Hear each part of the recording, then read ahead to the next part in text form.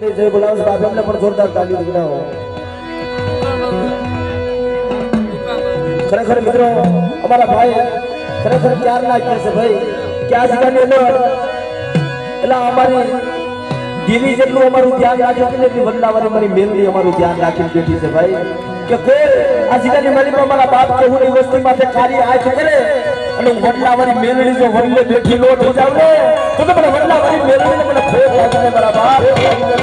એના પરો હે રખડે છે ભાઈ હા હિતેશભાઈ